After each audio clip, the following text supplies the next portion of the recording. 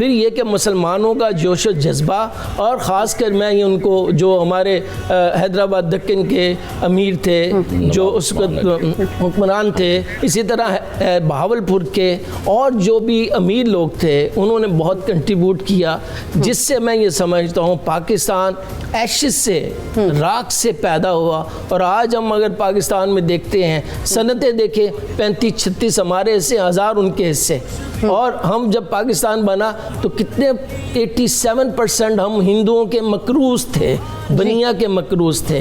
تو جنگ بھی دھکیل دی گئی، حالات بھی خراب کر دیے گئے، ہم جس طرح سروائیو کیے، میں یہ سمجھتا ہوں اگر قائد اعظم بھی 1 سال زندہ رہے، اگر اور زندہ رہتے تو میں یہ سمجھتا ہوں کہ پاکستان مزید مضبوط ہوتا۔ تاہم پھر بھی آج 1947 والا پاکستان اور آج 2020 والا پاکستان بہت مضبوط، بہت توانا، اور بہت ہم آگے بڑھے ہیں۔ اور میں ان سے ڈاکٹر صاحب سے اتفاق کرتے ہوئے کہوں گا کہ یقیناً اگر پاکستان نہ بنتا، اور جو آج انڈیا میں مسلمانوں کے ساتھ سلوک روا رکھا جا رہا، اسی چیز کو قائد اعظم نے اپریہینڈ کیا تھا، اینٹیسپیٹ کیا تھا، اور یہی بات بارہا کہہ رہے تھے کہ اگر ہمیں پاکستان نہیں ملا تو کہیں ہمیں اسپین والی تاریخ نہ دہرا دی جائے، اور ہماری ہستی، ہمارا وجود، ہمارا مذہب سارا صفحہ ہستی سے مٹا نہ دیا جائے۔ اس لیے پاکستان ان مسائل کے باوجود جو سروائیو کیا، تو میں یہ سمجھتا ہوں 2 چیزیں اہم تھیں، ایک یہ کہ مذہب کے نام پر حاصل کیا گیا،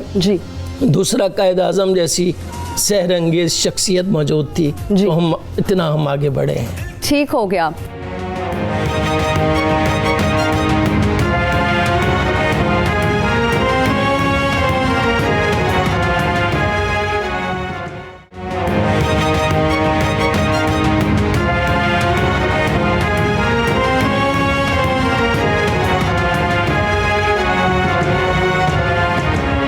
اس وقت ہمارے ساتھ ایک کالر موجود ہے، ڈاکٹر حبیب، ان سے بات کرتے ہیں۔ السلام علیکم۔ وعلیکم السلام۔ کیسے ہیں آپ؟ جی ڈاکٹر حبیب شاہ سرگودا سے بول رہا ہوں جی۔ جی اچھا، میں نے پوچھنا تھا کہ پاکستان بنانے میں صوفیاء کا کیا کردار تھا اور ان کے نام بتائیں۔ یوسف عرفان صاحب اس سوال کا جواب آپ دیں گے۔ تھینک یو ڈاکٹر حبیب۔ بنیادی طور پر پاکستان امت کی امانت ہے، اور اس میں پورے بر صغیر کے مسلمان، خاص طور پر جو سجادہ نشین تھے، جو صوفیاء تھے، اولیاء اللہ تھے، ان میں سے ایک بھی ولی اللہ ایسا نہیں ہے جس نے پاکستان تحریک کا ساتھ نہ دیا ہو۔ توسہ شریف تھے، وہ انہوں نے اپنا جو تھا وہ خود، کیونکہ کینڈیڈیٹ کھڑے ہو رہے تھے، مگر ان کے مریدین بھی، ان کے خلفاء بھی، سب نے پاکستان کا ساتھ دیا۔ جی۔ اور اس ضمن میں کوئی سا بھی آپ نام لے لیں، خواہ آپ کے اولیاء اللہ کا نام لے لیں، پنجاب کے لے لیں، ہندوستان کے لے لیں، یا آپ ایسٹ پاکستان کے لے لیں، یا سندھ کے لے لیں، بلوچستان کے لے لیں، جو صاحب دل ہیں وہ دیکھ رہے تھے کہ یہ نیت الہی یا سنت الہی یہ ہے کہ پاکستان بنے گا۔ اب یہ بنا جو ہے، یہ ایک سب سے بڑا کمال یہ ہے کہ جس طرح بنا، جیسے گریٹ ڈیوائیڈ میں ہڈسن لکھتے ہیں کہ ہم ماؤنٹ بیٹن کہتے ہیں کہ ایک طرف ہم نے محل تعمیر کیا ہے، دوسری طرف ہم نے کیمپ ڈیولپ کیا ہے، جی، اور جس وقت چاہیں گے اس کیمپ کو ہم ڈیمولش کر دیں گے۔ مگر ایک بات جو گاندھی پارٹیشن کے سخت مخالف تھے، ان سے ایک انگریز رائٹر نے، ایک جرنلسٹ نے سوال کیا کہ پاکستان جو مسلمان مانگ رہے ہیں، ضد کر رہے ہیں، انہیں دے دیں، چھوٹا سا ملک ہوگا، انڈیا ایک مائٹ ہے، جب چاہے اسے قبضہ کر لے گی۔ تو گاندھی نے کہا کہ تمہاری بات تو بڑی سادہ سی ہے، مگر جب پاکستان بن گیا تو اس کو ختم کرنا ہمارے لیے ناممکن ہو جائے گا۔ پاکستان نہ بننا ہمارے لیے بہتر ہے، کیونکہ اس کی بیک پر افغانستان ہے، سینٹرل ایشیا ہے، یہ مسلم ممالک ہیں، مسلم میجورٹی ایریاز ہیں۔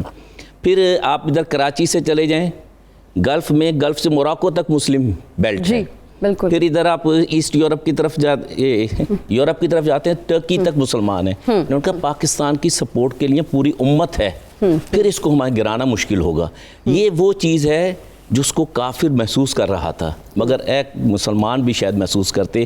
دوسرا جو پاکستان کا اہم پہلو ہے تحریک پاکستان کا، وہ یہ ہے کہ جن لوگوں کو ہندوؤں سے پالا پڑا، جیسے کہ ڈاکٹر صاحب نے ذکر کیا، انہوں نے 100% ووٹ پاکستان کو دیا ہے، اور یہ سوچ کے دیا تھا کہ پاکستان مضبوط ہوگا تو ہم بھی محفوظ ہوں گے. قائد اعظم علیہ الرحمہ کی سٹیٹمنٹ ہے کہ اگر انڈین مسلمز کو تنگ کیا گیا تو پاکستان جنگ کرنے کا حق رکھتا ہے. بالکل. کیا ہم آج اس پہ موجود ہیں اس موقف پہ؟ اور پھر دوسرا یہ ہے کہ پاکستان سب نے بنایا تھا. بالکل.